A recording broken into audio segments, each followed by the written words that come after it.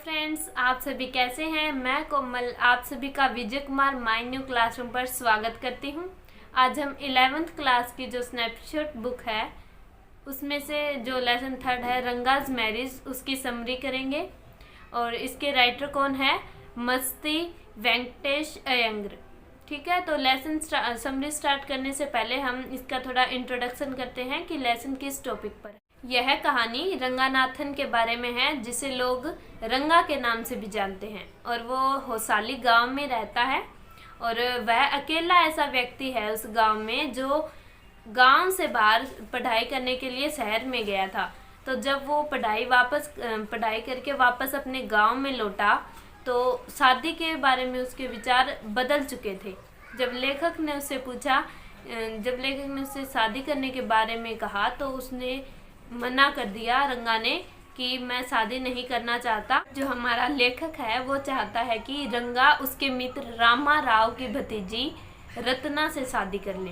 ठीक है, तो आगे हमारा जो लेखक है उसने पूरे मामले को इस तरह संभाला कि बाद में रंगा ने खुद ही रत्ना से शादी करने की इच्छा प्रकट कर दी। ठीक है, ये इस लेसन का इंट्रोडक्शन था कि लेसन किस टॉपिक पर है। अब हम समझ स्टार्ट करते हैं।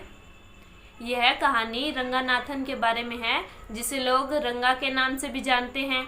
और वो कौन से गांव में रहता है? होशाली में। और जो हमारा लेखक है वो भी होशाली गांव में रहता है।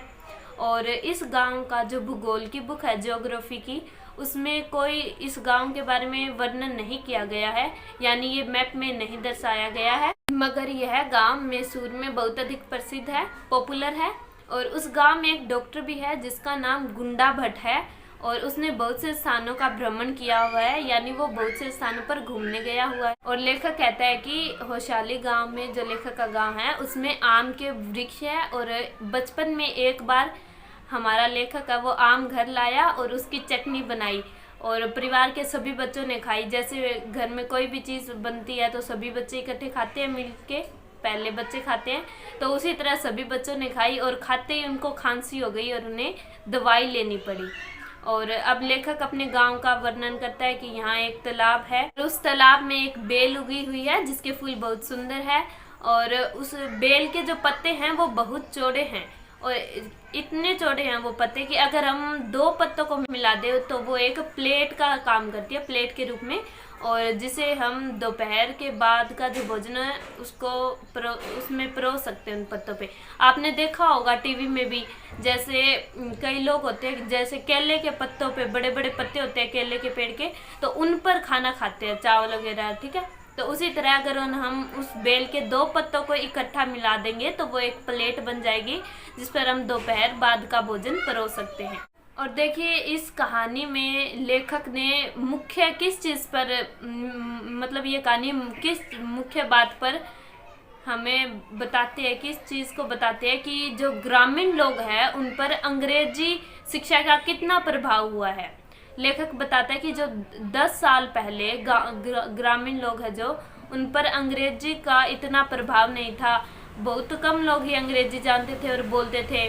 गांव का जो अकाउंटेंट था, लेखापाल, जो का काम करता है, केवल वही पहला व्यक्ति था जिसने अपने उसका बेटे का क्या नाम था, अकाउंटेंट के बेटे का नाम कौन था? वो रंगा। ठीक है, तो वही पहला व्यक्ति था जिसने अपने बेटे रंगा को पढ़ाई करने के लिए गांव से बाहर भेजा शहर में। पहले लोग क्या सोचते थे कि जो अंग्रेजी का ज्ञान है, अंग्रेजी की पढ़ाई, वो व्यक्ति को बदल देती है। इसलिए जो रंगा है वो जैसे शहर में पढ़ाई करने के लिए गया तो वो उसका पढ़ाई ख़त्म होने के बाद घर वापस आना बहुत ज़रूरी था। और जो लोग हैं वो उसके घर की तरफ, जैसे रंगा आया घर पे तो लोग, गांव के सारे लोग इकट्ठे होकर उसके घर की तरफ हुए भागे कि अकाउंटेंट का बेटा आ गया, अकाउंटेंट का बेटा आ गया। जैसे आपके पड़ोस में कोई भी विदेश में पढ़ने जाता है और जैसे वो वापस आता है तो आप ऐसे एक्साइट नहीं होते उससे मिलने के लिए कि क्या कुछ उसमें चेंज हुआ है या नहीं हुआ, वो इतने विदेश जाके आया, कुछ अलग उसमें चेंज हुआ है या नहीं हुआ, तो ये देखने के लिए आप जाते हो। तो उसी तरह जो गांव के सभी लोग थे वो रंगा को देखने के लिए उसके घर गए। और किंतु आज टाइम बहुत चेंज हो गया है। आज सभी लोग, गांव के जो लोग हैं वो भी अंग्रेजी जानते हैं। जो आज के एजुकेटेड लोग हैं, पढ़े लिखे लोग, वो कन्नड़ भाषा के साथ उनकी जो बेसिक भाषा कन्नड़ है जैसे, तो उसके साथ अंग्रेजी के शब्दों का भी, इंग्लिश के वर्ड्स का भी यूज करते हैं वो। लेखक कहता है कि अंग्रेजी के प्रयोग से अनपढ़ लोगों को अंग्रेजी समझने में परेशानी होती है, कठिनाई होती है। तो लेखक एक कहानी बताता है जिसमें रामा राव कौन है?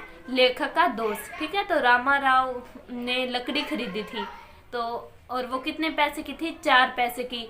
तो रामा राव के बेटे ने, जो महिला थी लकड़ी बेचने वाली, उससे कहा कि उसके पास चेंज नहीं है, चेंज यानी खुले नहीं है उसके पास। तो जो महिला है वो ये समझ नहीं पाई। रामा राव के बेटे ने कहा कि उसके पास चेंज नहीं है, आप कल आना। तो जो महिला थी लकड़ी बेचने वाली, वो चेंज का मतलब समझ नहीं पाई कि चेंज क्या चीज है, और वो बड़बड़ाती हुई चली गई। यानी उसे समझ नहीं आया कि उस बच्चे ने कहा था कि मेरे पास खुले नहीं है। इसलिए लेखक ने कहा कि अनपढ़ लोगों को अंग्रेजी समझने में कठिनाई आती। इस तरह सभी लोग, गांव के जो लोग थे वो रंगा के घर गए थे उससे मिलने की। अकाउंटेंट का लड़का गया, अकाउंटेंट का लड़का।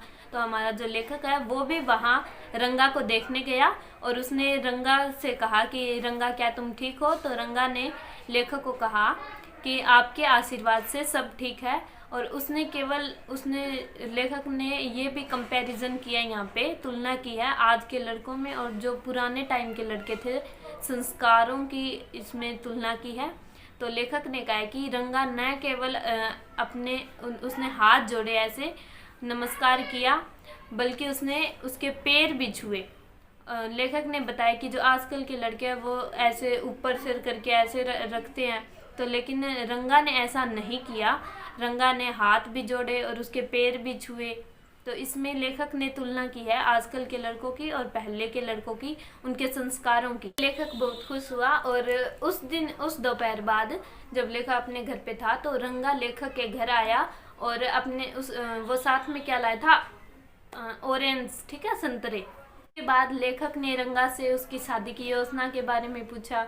तो रंगा ने लेखक को कहा कि मैं जल्दी शादी नहीं करना चाहता, और मेरे मतलब शादी के लिए एक अच्छी लड़की, सही लड़की चूज होनी चाहिए, सही लड़की चुननी चाहिए। रंगा के नज़र में लड़की और उसके पति की आयु में ज़्यादा अंतर नहीं होना चाहिए, यानी वो दोनों एक जैसी एज के, यानी इतना ज़्यादा फर्क नहीं होना चाहिए उनकी एज में, इस प्रकार के होने चाहिए। और उसने इसके लिए कालिदास का जो नाटक है प्रसिद्ध शकुंतला, ये आप सभी ने भी सुना होगा, उसका उदाहरण दिया। रंगा ने कहा कि जो अगर शकुंतला है वो उम्र में ज़्यादा छोटी होती तो दुष्यंत है उसको पसंद नहीं आता, यानी अगर शकुंतला है वो उम्र में अधिक छोटी होती तो दुष्यंत को उसे प्यार नहीं होता। दूसरा क्या था, दूसरा रंगा ऐसे क्या तर्क मानता था जिससे वो शादी नहीं करना चाहता था? रंगा कहता था, रंगा के नज़र में व्यक्ति को उससे शादी करनी चाहिए जिससे वह पसंद करता हो। तो हमारा जो लेखक है वो आपको पता है वो रंगा की शादी करवाना चाहता था रत्ना से, जो कि किसकी भतीजी थी? रामा राव की, रत्ना से करवाना चाहता था। और लेखक को इस बात से निराशा हुई कि जो रंगा है वो शादी नहीं करना चाहता, लेकिन लेखक उस रत्ना से शादी करवाना चाहता था रंगा की। रत्ना 11 साल की एक लड़की थी, और वो एक बड़े टाउन से थी जिसे वीणा और हारमोनियम भी बजाना आता था, और उसके पेरेंट्स मर चुके थे, मम्मी पापा दोनों, इसलिए वह रामा राव के पास रहने के लिए आई हुई थी। और लेखक ने सोचा कि वह रंगा के लिए एक आदर्श दुल्हन है, आदर्श उनका ब्राइड है, उनकी जोड़ी अच्छी लगेगी। अगली सुबह जब लेखक है वो रामा राव के घर गया तो उसकी पत्नी को कहा कि मैं कल लस्सी भेजूंगा और आप रत्ना को भेज देना, वो ले आएगी मेरे घर से। और जो रत्ना है वो फ्राइडे के दिन आई, शुक्रवार के दिन, तो वो एक अच्छी सी साड़ी डाल के आई। तो लेखक ने रत्ना से कहा कि वो कमरे में बैठ जाए। उसने कहा रत्ना से कि तुम कमरे में बैठ जाओ और गाना गाओ। तब उसने रंगा को बुलावा भेजा। जब रंगा घर आया और दहलीज पर उसने पैर रखा तो जो रत्ना है वो गाना गा रही थी, और रंगा को बहुत अच्छा लगा ये गाना। उसने सोचा कि ये कौन गा रहा है। फिर वह अंदर गया और उसने रत्ना को और उसके जो मधुर गीत उसने गाया था उसको पसंद किया। उसने लेखक से पूछा कि ये कौन है, तो लेखक ने झूठ कह दिया कि ये ना इसकी शादी हो चुकी है। रंगा ने लेखक से रत्ना के बारे में इसलिए पूछा क्योंकि उसको वो पसंद आ चुकी थी। तो जब और उसने पूछा कि क्या इसकी शादी हो चुकी है, तो लेखक ने उसे झूठ कह दिया कि हाँ इसकी शादी हो चुकी है।